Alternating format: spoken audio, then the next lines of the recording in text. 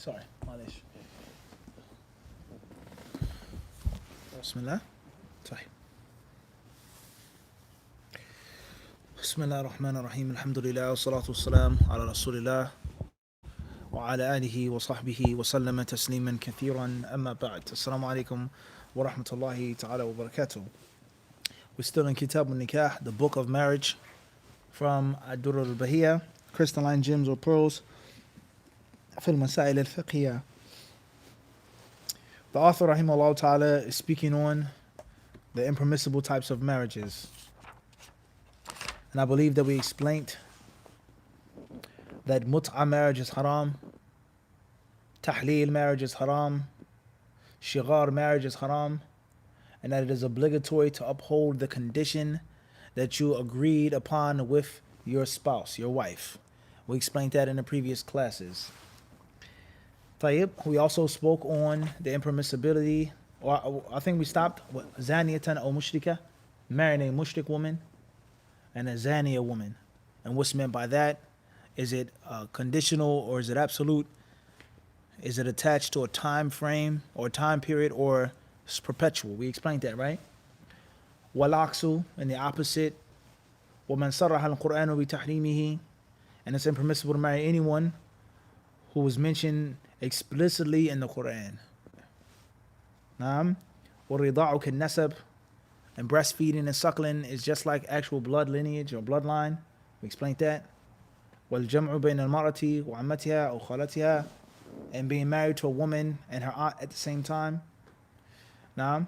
We explained that. And I think we left off on a point which it says وَمَا زَادَ عَلَى الْعَدَدِ الْمُبَاحِ لِلْحُرِّ وَالْعَبْدِ, and it's also impermissible to have more wives than the permissible number for a free man and for a slave. Meaning that there is a difference with regards to how many wives a slave can have and how many wives a free man can have. Just like there are differences with regards to other things as well. Certain responsibilities that a slave does not have, similar or equal to a free man, and vice versa. Naam. It says here in the footnotes, على عدد المباح للحر أربع وللعبد اثنتان. 4 for a free man and 2 for a slave. A slave could have more than one wife. Oftentimes you may find a slave he has more wives than what? Free men today in South Ozone Park, New York City. La hawla wa la quwwata illa billah. Moving forward, he says, وَإِذَا تَزَوَّجَ الْعَبْدُ بِغَيْرِ إِذْنِ سَيِّدِهِ فَنِكَاحُهُ بَاطِلٌ.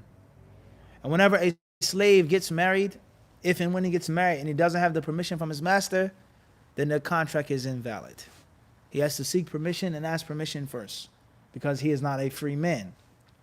وَإِذَا عَتَقَتِ الْأَمَةُ مَلَكَتْ أَمْرَ نَفْسِهَا وَخُيِّرَتْ فِي زَوْجِهَا. And if there's a woman who's a slave, and she's freed and manumitted, but she was previously married to a slave as well, she now has the option of staying with her previous husband or choosing a new husband, and the marriage being annulled, the marriage being broken up. She is not bound to stay in that marriage. She is not bound to stay in that marriage. If she wants to, she remains with the man who's a slave. Or she may say, listen, it's nothing personal, but I'm free, you're not free. Ma salama. I really understand this. طيب. It says, وَيَجُوزُ فَسْخُ النِّكَاحِ بِالْعَيْبِ. Furthermore, it is permissible for the marriage to be annulled because of an aib, a major problem, a major issue, a major defect or blemish that you didn't know about beforehand, before you got married. Now you found out about it and you've discovered it. The marriage can be annulled. I.e., it doesn't necessarily have to be a talaq. You get married to a woman and you find out that she has a major problem, a major issue with her body, mathalan. You found out that she only had one leg. Nah, it's a reality. It's not far-fetched. You got married to the sister, and on a wedding night in the bedroom, you say, mashallah, you look so beautiful. And she says, I need 1 second. She adjusts her what? You call it a prosthetic leg, right? You're like, what is this? I never knew that you only had one leg. She said, I never told you. I got hit by a car. Somebody was drunk. Or someone was texting on their phone. And I lost my leg. The rest of her is beautiful, but she has a fake leg. A whole fake leg. And the husband says, I can't what? I'm sorry, I just can't do it. Methanan. A brother, he may say that's fine. It doesn't bother me. But one brother, he says, I can't do it. So therefore, you may say, Nahyan, well, not just divorce the woman then. Divorce her. Right? But if he divorces her, what now happens? Is there an iddah or not? There is or there isn't? There's no iddah if there was no consummation. Correct? But if he goes behind closed doors, he was alone with the woman, then he has to do what now? The mahar. Everyone understand this? And there are other ramifications as well. Or if he did have intercourse with her. He did consummate the marriage, and then later on he found out what? That the leg was false. Afterwards. Or it doesn't have to be, a big long thing. When we say consummation, a dukhul, that could be what? That could be 5 seconds, 10 seconds. It doesn't have to be, you understand what I'm saying to you? Whatever is in your imagination. Everyone understand this? It could be, literally, dukhul could be 5 seconds. That's intercourse. The moment he has had intercourse with her and they've consummated the marriage, there are now ramifications. Is she pregnant? Is there iddah? Him providing for her for that period of time versus the marriage being what? Annulled. It counted as a talaq. Everyone understand this? There's a huge difference in the rulings. So he got married to the girl, and later on he discovered and he found out a major ayib that he cannot bear, he cannot be patient upon. The marriage can be what? Broken up. Everyone understand this? Does that rule apply to women as well? It's a different discussion. Not saying that it doesn't, but the author doesn't mention. He's in most cases he's starting off with the man, then going towards the woman. Everyone understand this? Tight. Moving forward. What is considered an ayib? What that you find on your wife that you consider to be an unbearable ayib? Is there a rule on what is and what isn't an ayib? Or does it go back to culture? You say culture. What did you say, Nahyan? Depends on the person. Abdullah, what did you say? Culture. Hamza, what is an example of an ayib in your culture? Something that you didn't know about the woman and you found out on a wedding night or whatever the case may be. Something that was like, yo, this isn't right. Mufti, who'd you marry me to? Don't use the leg example either. Prosthetic arm. Tayyib. La, you can't use my example. Fadda Abdullah. I think in today's time, makeup. Makeup. Allahu Akbar. Oh man, Abdullah. In which she goes home, you wake up the next morning, all the makeup is what? It's gone. It's like, whoa, what is this? Allahu Mustaan, huh? Tayyib. Tayyib. Allahu Mustaan. Tayyib. You agree with that, Abdul Raqib? That a woman can put on so much makeup in which you don't know what she looks like? Very possible. A lot of makeup artists in which she looks totally different with the makeup on. Do you share any responsibility or any blame for not noticing that she had so much makeup on? Allahu Akbar. You say you share all the blame. And then sit down, what is he supposed to say to her? So you come to the sit down with the makeup kit in your pocket. The little makeup wipes, the brother, you what? You bring some. Tafaddali. I need to see the organic face. Allahumma staan. This is Abu Sa'id. Everything. Tight. What else? What else, Abdul Raqib? Will be an example of a ayib. She has no hair, and you didn't know that before she got married. That's your fault for asking or not asking or what? So is the woman to blame now? That's the question. In the sit down, she says, would you like to see my face? Sure. She lifts up her niqab. MashaAllah, you're beautiful. After she wiped it off with whatever makeup, right? And the lighting was good. You got the chance to see everything. Tayyib, you never asked to see her hair. You never asked the question. You get married. She says, welcome to home. We consummate the marriage. She says, where's your... I'm a Caesar, huh? Now what do? She's bald. Whose fault is that? Yours or hers? Her fault or your fault? What'd you say, Nahian? Allahu Akbar. What were you supposed to have done? Ask? Abdullah. You have to ask and you should. You have to. So, what is the ruling on these uyub? Is this something which is only one spouse's fault or aib, period? It's a huge difference now. In which it was my fault. You're right. I should have asked you to take off the makeup. Or do you actually have a hair on your head? But right now I've discovered that you are bald. Whatever clinical condition that you have, may Allah cure you. Shafakillah. Right? Does that have an effect on the ruling or not? On whose fault it was? You say you don't think it has an effect. Everyone understand what we're discussing here? There's a difference when you discovering it and it was hidden from you versus you discovering it and you could have asked or inquired. Moving forward. Oh, before we go that far, this goes to show us is that there are certain questions that you should ask before you get married. And there are certain things that you should see and get a different angle and perspective of before what? Before you get married. Everyone understand this? Don't be tricked by one picture. Or one sit down in which the lighting is like this, or the Skype is like that, or the WhatsApp, or the FaceTime is what? Everyone understand this is not the same seeing someone in person. For or against. You may meet someone in a place and she looks so-so. And you go and you see her in person, she's 10 times more attractive. Or the man is more attractive. Everyone isn't photogenic. And also you have lighting. A huge part of photography and taking videos is light. You don't know what a person really looks like oftentimes until you see them in person. Let alone makeup, let alone so on and so forth. Now, everyone understand this? Further. Like, for a brother and a sister, if she felt shy to ask a brother, are you sexually potent or vice versa? Tahib, are you sexually potent? And she didn't ask. And then later on they got married and he found out that what?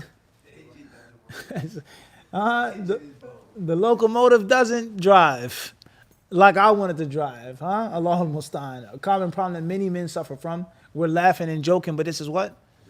No, this is serious. And the ulama of Islam of past, they have spoken on this issue of someone that does not please his wife, someone that is impotent, someone who has ED, erectile dysfunction. May Allah protect us from that. Everyone understand this? From being a eunuch or other than that. Naam, Allahul Musta'an. So, the sister didn't ask. And then later on she found out that he was, he's lackluster. Whose fault is that? And is that an aib? And does the aib issue pertain to women as well? And no doubt, the ulama of Islam have mentioned rulings for a woman seeking a divorce. And they mention this, aib khalqi aw khuluqi. An aib that's physical or an aib that is moral. So a moral aib is he has a major anger problem. A big, huge problem with anger. In which all it takes is a cup of coffee to be spilled and he loses it. Goes out like a maniac. A rant, a tirade, throwing, breaking stuff, flipping plates all across the kitchen like a frisbee. And he can't control it. That's aib khuluqi. Or the man has the prosthetic leg. Or he has ED. Or he has this other problem, which is khalqi. It's a part of his natural makeup. It's not his fault. But she says, I can't be patient upon this. It's possible, no doubt about that. Especially if one of the reasons why you get married is to have sex. That's the reality of life. With having children, protecting yourself from the fire of hell is one of the reasons of a person getting married. Okay, so a man isn't sexually potent and she cannot be patient upon that. And another very important point is that he doesn't try and attempt to learn how to become and adapt to being sexually potent. That's another issue. All right. So let's say, for example, a man had a problem with his sexuality. He isn't gay or nothing like that, but he just, he's not potent, as you said, right? Tayyib, Allahumma musta'an. So the wife, she says, listen, honey, you're a nice brother. Yeah, Arabic is good. Your tajweed is good. The scene is clear from the Saad. MashaAllah, all of those wonderful things. You smell good, you dress nice, but in the bedroom is just not what? You're not coming close. And he says, well, man, mashallah. And, good night, tusbih ala khair, say ayatul kursi, and he goes to sleep. Tight. 2 weeks later, 2 days later, she complains again. And she keeps complaining, and she tries to give him suggestions, and he just doesn't care. Or he cares, but he's just not making an effort and making an attempt. Now it's his fault. A brother who has a problem with potency, he has a problem with ED or any other condition that people suffer from, a perfect example, and this is not a joke or to be funny, but you'd be shocked at how many women complain about their husband's issues because of pornography. Because the person has watched so much pornography and so much masturbation and so much artificial and synthetic sexual desire that when he looks at his wife, he finds no attraction whatsoever, and he can't get an erection, or he can't keep an erection, or he doesn't have intercourse long enough for her to enjoy herself and to reach her climax. 5 seconds and he's done. 10 seconds, a minute, he's finished. This is a reality. I'm not trying to be explicit or gross or nasty or make any jokes. I'm only as an imam of a masjid. You'd be shocked at the phone calls that I get. Not mentioning no one's name or where they come from, but it's a reality of life. And this is one of the vices of what? Of the haram. Waliyadu billah. Some people, they watch so much pornography, they masturbate so much, they have no desire whatsoever to have sex with their wives, period. And their wife isn't like this, and this isn't big enough, and this isn't enough, and this isn't enough, and they don't have a taste for the halal. And the woman is a major problem. So the brother has to get help. He has to get the necessary therapy, Islamic and secular. Whatever the secular therapy may be. Everyone understand this? Or if a brother doesn't have a problem with pornography and these types of issues, وَلَا حَوْلَ وَلَا قُوَّةَ إِلَّا بِاللَّهِ, but he just isn't sexually potent, or he doesn't have a big appetite for sex like she does. It's his job and his responsibility to please his wife. And let's turn the tables around now. If a woman cooked food for her husband, but the food was too salty, or his culture, the food wasn't spicy enough. In my culture, the meat has to be red. Red. Can't just be a little bit of, salt, pepper, and no, I need it marinated for days. It has to be spicy. And she says, well, that's how I know how to cook. That's how I learned. And I don't believe that the meat should be red or yellow meat. Chicken breast is supposed to be chicken breast. It's not supposed to be spice with a side of chicken. And he says, I need more spice. And she refuses to learn. She refuses to adjust. And she has no care or concern for his eating and his pleasure. Then obviously it's now what? It's her fault now. And the same applies to the man who doesn't have that potency. So talking about marriage and the fiqh of marriage and so on and so forth, the mechanics of marriage, this is very important. All right? And a person may not be like that. You may not be a very sexual person. It's not, and that's no sin in that. And your wife may be, or vice versa. But the problem is when your spouse requests that from you, and you don't try, and you don't make any attempt whatsoever, now you're blameworthy, because it's your job to protect them and vice versa. Wallahu alam. That's another discussion, the problems that we face today in our marriages. Allahul musta'an. Moving forward. He says, وَيُقَرُّ مِنْ أَنْكِحَةِ الْكُفَّارِ إِذَا أَسْلَمُوا مَا يُوَافِقُ الشَّرْعَ. And whenever they're non-Muslims who accept Islam, and they were married, their marriage is respected. And the marriage, we regard it and we consider it, as long as it does not go against the Sharia. As long as it doesn't go against the Sharia. Meaning, a Muslim man or a man and his wife, they come to the mosque and says, we want to accept Islam. And they both become a Muslim. They're married. There's no need for nikah. There's no need to get married again. But another two people come to the masjid, a woman and a man, and this woman is his blood sister. Or this woman were both, him and this woman were given milk from one mother. That's a problem now. Everyone understand this? What if none of that exists?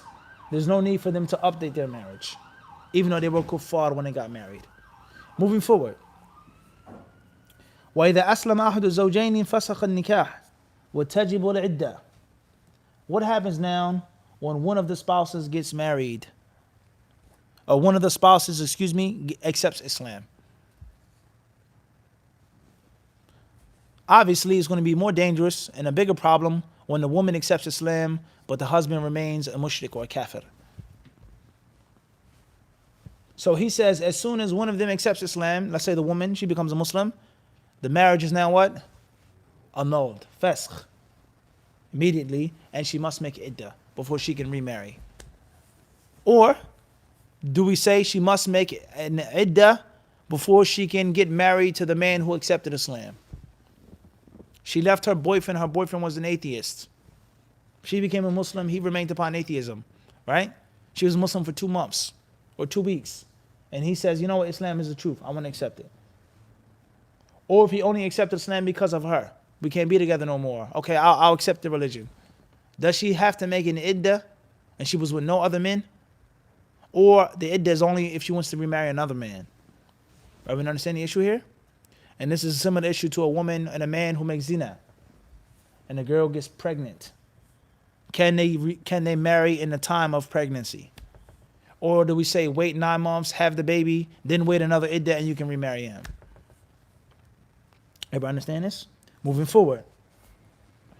فإن أسلم الآخر ولم تتزوج المرأة كان على نكاحهما الأول ولو طالت المدة إذا اختار ذلك. He ends this discussion by saying, as far as if the other one accepts Islam and the woman does not get remarried, the nikah remains, even if it's a very long time, as long as they're okay with that. Everyone understand the scenario? Scenario number 1 is how many people accept Islam? Both, man and woman. The ruling is, it's good. Tayyib. As long as it doesn't go against the Sharia. Clear. Tayyib. Scenario number 2. One of them accepts Islam. Who is who? The woman.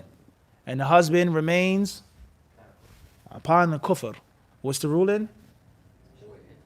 Marriage is voided. And she must make iddah. Scenario number 3. Let's say the husband accepts Islam and the wife doesn't, and she never remarried since then. It's still good as long as they're what? Okay with that. That's what he said. Everyone understand scenarios? Wallahu alam. Moving forward. فصل في أحكام المهر والعشرة. المهر واجب وتكره المغالاة فيه ويصح ولا خاتما من حديد أو تعليم قرآن ومن تزوج امرأة ولم يسم لها صداقا فلها مهر نسائها إذا دخل بها ويستحب تقديم شيء من المهر قبل الدخول وعليه إحسان العشرة وعليها الطاعة ومن كان له زوجان فصاعدا عدل بينهن في القسمة وما تدعو الحاجة إليها وإذا سافر أقرع بينهن وللمرأة أن تهب نوبتها أو تصالح الزوج على إسقاطها ويقيم عند الجديدة البكر 7 والثيب 3 ولا يجوز العزل ولا إتيان المرأة في دبرها. He then goes on to explain the rulings of al-mahr. The rulings of al-mahr and the rulings of ishra. Al-mahr being the gift that a man donates to the bride. And many people that say dowry, but oftentimes dowry in the English language is the gift that the bride gives to the groom and his family. Oftentimes, all right? We don't want to play no linguistical games, but if you actually read about the word and read its context and how it's used, it's the exact opposite. But a mahar or the sadaq is the money that the man gives to the woman as a token of truthfulness and as a means of love and respect, so on and so forth, a bridal gift. So now he speaks on the rulings of al-mahar and al-ishra. All right? Living with your wife and how you're to treat your wife and how the wife is to treat the husband. طيب. Number 1, he says al-mahru wajibun. It's a mandatory thing. You must give some mahar. وَتُكْرَهُ الْمُغَالَاةُ فِيهِ. And it is disliked to go extreme in the mahar. A very costly and highly expensive mahar is disliked. Number 3, وَيَصِحُ وَلَوْ خَاتِمًا أَوْ خَاتَمًا مِنْ حَدِيدٍ أَوْ تَعْلِيمَ قُرْآنٍ And anything can be the mahar. Even if it's an iron ring, thumb ring, pinky ring, middle ring, toe ring, an iron ring, or you teaching her Quran. But there has to be some mahar. Next point. ومن تزوج امرأة ولم يسمى لها صداقا فله مهر نسائها إذا دخل بها. And if a man gets married to a woman and he does not oblige any sadaq or any mahar, he doesn't mention anything, she doesn't request anything specifically, then she deserves a similar mahar of her class. Mahru nisa'iha. إذا دخل بها. When the marriage is consummated, now he must give the mahar. He must give the mahar. So we have a scenario. Brother Fulan and sister Fulan are getting married. The wali or the one performing the marriage says, what do you want? She says, I don't know. She laughs and smiles. I don't know. He asks the brother. Most brothers, especially in this masjid, they'll giggle. They'll start laughing and joking and giggling when women are mentioned in the mahar. I don't know. He starts giggling. Ya akhi, what are you going to give her? I don't know. I don't know. They're both laughing and giggling. They don't know. So the muzawwij, the one performing the marriage, said, okay, no problem. I got it. We're going to do the nikah. Later on, you kids can what? You can figure it out later on, inshallah. You guys can agree later on. Tayyib? So therefore, he does not have to give her the mahar until when? She doesn't have the right to ask for it until when? Now you have to give me the mahar. It's not like you can keep. Everyone understand this? Who decides on what the mahar is? He says mahru nisa'iha. Literal translation, her women. Her women. It says here in the footnotes, A, mahru man yusawiha min qara'ibiha. He says here, she's to receive a mahar that her relatives would normally get. Equal to the mahar of her relatives, meaning the girl is, what? 30 years old, 25, whatever her age is. She's been married before, she comes from this family, blah, blah, blah, etc. What would her sister get? Or what did her sister get? And what's the average mahar, the going rate, the going price, right? For a woman of this sort. Everybody understand this? What's meant by this? Mahru nisa'iha. Everybody got this? So in most cases, it's 18-year-old girl who comes from a Muslim family. She went to school, so on and so forth. A Sunnah family. In most cases, this will be the mahar, this amount of money. Or this amount of gold. In most cases. An average mahar. Everyone understand this? Moving forward.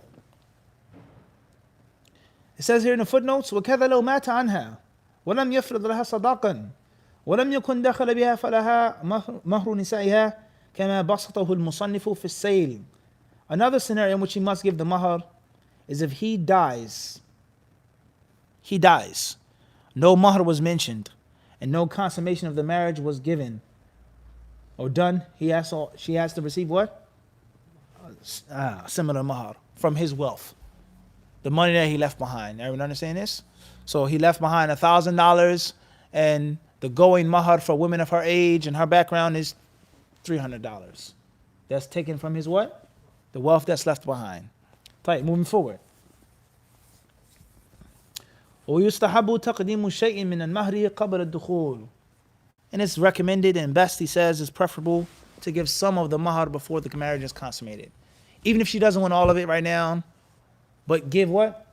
Get some of it. And obviously, if you can give all of it, then you've cleared yourself of any problems that can come up later on.